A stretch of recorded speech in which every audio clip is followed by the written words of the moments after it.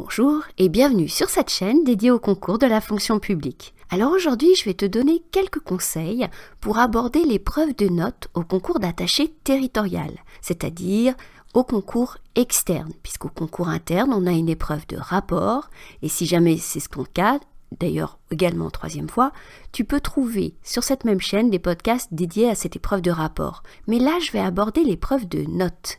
Alors, cette épreuve de notes, elle porte sur un dossier relativement long, une trentaine de pages, voire même plus. 30 pages en 4 heures, c'est déjà pas mal.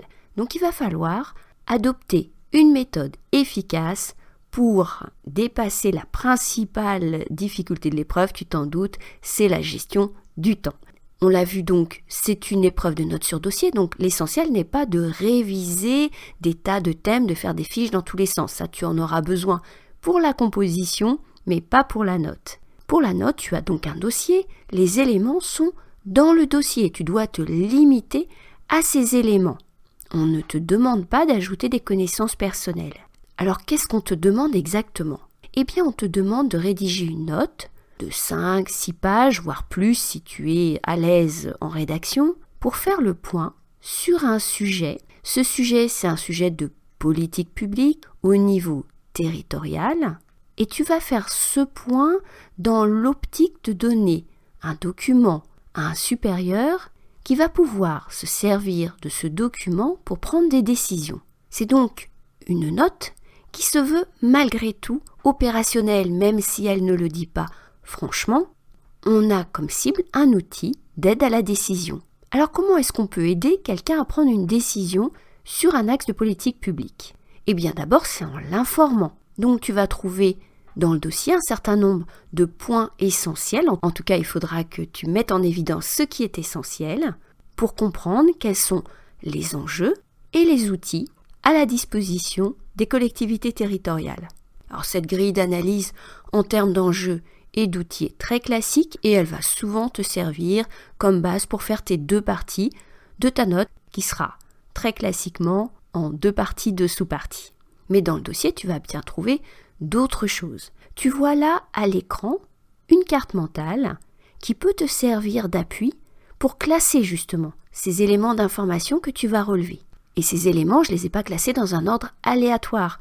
Il y a bien une logique qui va nous faire partir, dans le sens des aiguilles du montre, de la définition que tu mettras dans l'introduction, du rappel de contexte que tu mettras également dans l'introduction, de la présentation des enjeux. Qu'est-ce qu'on veut dire par enjeu ? L'enjeu, c'est pourquoi on fait quelque chose. C'est ce que l'on obtient si l'on fait quelque chose. Qu'est-ce qui est enjeu ? On peut considérer qu'objectif est presque un synonyme, mais enjeu, c'est pas un objectif opérationnel, c'est un enjeu de fond. Par exemple, c'est pas une cible quantitative. On va parler donc des enjeux d'une politique publique pour présenter son objectif majeur. Tu peux trouver dans le dossier un état des lieux de ce qui a pu être déjà fait. Et à travers ce bilan, tu vas pouvoir mettre en évidence un certain nombre de limites, de freins qui peuvent empêcher cette politique publique d'atteindre justement ces cibles. Et tu trouveras souvent des éléments qui décrivent un cadre légal. Tu vois que le cadre légal, je ne l'ai pas mis en premier. Très souvent, on voit des notes où on commence par une partie assez descriptive sur le cadre légal. Mais qu'est-ce que c'est en fait que le cadre légal ? Eh bien, ce sont des outils qui sont mis à la disposition des collectivités territoriales, mais aussi plus généralement des citoyens, pour encadrer une activité, une politique publique, etc. Donc, présenter un cadre légal avant de présenter les enjeux d'une politique publique me paraît pas très logique. Tu vas trouver également dans le dossier des informations sur les acteurs, la répartition des compétences entre collectivités territoriales, mais aussi des acteurs qui peuvent être les services de l'État, les services déconcentrés par exemple, et puis surtout les usagers, les administrés, les citoyens, les entreprises, les associations. Tous ces éléments vont être particulièrement précieux pour donner un caractère vraiment opérationnel à ta note. Tu vois que plus on tourne autour de la commande, plus on avance dans l'argumentation, plus on va vers l'opérationnel. Et là, on y tombe directement avec tous les éléments qui te permettent de présenter les leviers à la main des collectivités. Alors levier, c'est un terme à la mode qui veut dire en fait moyen d'action. Quels sont les outils? Parfois on parle de boîte à outils. Tu pourras trouver dans le dossier des exemples de bonnes pratiques, des illustrations. Tu pourras également trouver des éléments sur les appuis, sur les ressources qui peuvent servir aux collectivités. Ces ressources, ça peut être également des acteurs, des agences publiques spécialisées par exemple. Et puis, tu vas pouvoir mettre en évidence des points de vigilance. Tu vas éclairer le destinataire de la note non seulement sur ce qui fonctionne, sur les outils, mais aussi sur les pièges dans lesquels il ne faudrait pas tomber. Donc mon premier conseil pour aborder cette épreuve de notes, c'est de mémoriser ces différents points, leur ordre, de s'en servir pour construire une argumentation et même d'ailleurs pour construire un plan, puisque en général, les éléments que tu vois à droite sur ton écran seront dans la première partie, les éléments plus à gauche dans la deuxième partie. Ce n'est pas strict, par exemple les acteurs, on peut très bien les mettre dans la première partie. Le cadre légal peut être présenté comme un levier en seconde partie, mais néanmoins, on est sûr que les enjeux sont en première partie et les leviers en deuxième partie. Alors maintenant, concrètement, comment tu vas t'y prendre pour explorer ce dossier, pour le parcourir et détecter ces éléments? Ce que je te conseille, c'est d'abord de t'appuyer sur le sommaire, de relever à la lecture du sommaire des mots-clés, les informations essentielles que tu vas justement pouvoir placer sur cette carte mentale. Ça va te faire réfléchir sur le sujet, réfléchir sur les différentes voies vers lesquelles t'amène le dossier, en te faisant te concentrer sur les titres des documents, puisqu'effectivement dans le sommaire, c'est ce que tu auras. Donc, c'est une première façon d'aborder le sujet et de retarder un peu l'ouverture du dossier, qui est une phase longue, une phase dans laquelle on peut se perdre. Donc en commençant par le sommaire et la carte mentale, tu auras en quelque sorte débroussaillé le sujet pour aborder la lecture. Alors pour aborder la lecture, tu as des méthodes comme faire des tableaux, chercher un document pivot, tout ça me semble pas toujours très utile, voire même trop consommateur de temps. Le dossier du concours d'attaché territorial ne présente pas les documents forcément dans un ordre logique. Donc au vu du sommaire, tu peux choisir d'aller directement vers un document qui se trouve peut-être au milieu du dossier. Néanmoins, l'important, ce n'est pas ça, c'est bien d'avoir, au cours de ta lecture, le réflexe de classer les informations que tu trouves en fonction de cette carte mentale. Alors tu ne vas pas le faire directement sur une carte mentale en même temps que lire, ça serait bien trop compliqué. Tu vas d'abord noter dans la marge, quand tu surlignes un élément du dossier, quelle est la nature de cette information? Est-ce que c'est plutôt un enjeu, un levier, un point de vigilance par exemple? Puis tu vas prendre une feuille à part, faire un brouillon, noter les idées principales.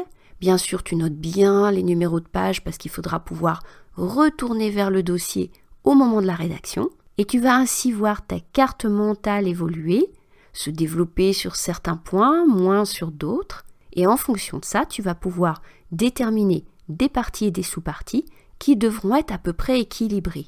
Donc mon deuxième conseil pour l'épreuve de notes, c'est de bien s'entraîner, prends des sujets, prends un chronomètre et dis-toi qu'en 2 heures, tu dois avoir fini ta lecture, fini ta prise de notes, mais également avoir construit au brouillon un plan avec des titres pour ensuite pouvoir rédiger en t'appuyant sur ce plan et bien sûr également en t'appuyant sur les éléments du dossier que tu pourras aller retrouver puisque tu auras bien noté le numéro des pages. Enfin, mon dernier conseil pour cette épreuve de notes, c'est pour la rédaction bien sûr.